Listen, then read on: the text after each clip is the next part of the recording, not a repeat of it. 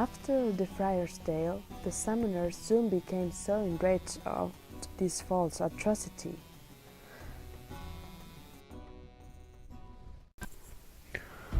Okay, if that's how the friar wants to be, then so be it. Everyone please gather around, for I will tell the true tale of the friar's holy endeavors. There once lived a friar who went around all the inhabitants of the town and swapped money in exchange for their sins. The townspeople would give them money in order to have their names placed on a prayer list, a list that he erased every day. He travels and reached his whole loyal friends Thomas' houses.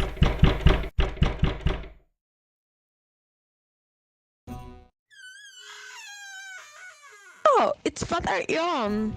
How are you doing, if I may? Well, my dear, for all my trips, and may God bless your life. I didn't see a sweeter wife today in church, with due respect. But now, my sweet, with your permission, I need to be about my mission and speak with Thomas, if I may. Thomas, friend, be safe from harm. How many times I've rested warm upon your bench as I might wish, and eaten many a dainty dish. Dear master, how have you done since March began? I have missed you 2 whole weeks or more. I pronounce, my son, I've labored sore and chiefly to assist your spirit. I've sent 1,000 praise or near it, for you and other friends, alas. Today I pray for you at Mass, and preach to the top of my poor way, embellishing on holy ring.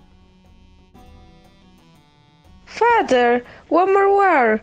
You haven't heard my child is dead. He died against all expectation. My dear, I had a revelation in my poor sir.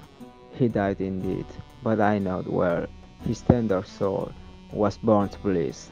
Morning, night, or any hour, praying has a special power, revealing more of sacred things than laymen see. Folk dukes and kings, friars lead a life of abstinence, while other folk spare no expense to drown themselves in meat or drink your. Your proof, dear Thomas. Jesus hears, no thanks Saint Ives, that you are led without our prayers. You never tried our world house praise, but day and night that God will send.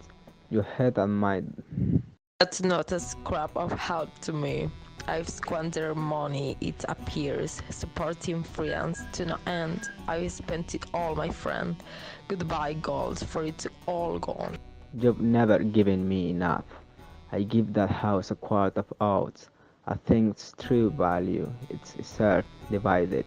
What's the value, Scudder? Now I want to play this matter. You want to praise, but you want pay. God knows that nothing works this way. The worksman worthy of his hire. I toss your money in the fire, but that won't sweet my friends. In Christ their efforts can be underpraised. They strive to build the mother church, the pure sort of holy work. Yet you I harvested with ire. The devil set your heart on fire. Let me repay my former plea. Beware of rat that eats your heart. The friar became angrier at Thomas' tame genius to donate money. That's why the friar decided to tell him tales of history's greatest men who had been stricken by the same wrath. In short, dear Thomas, quit your care.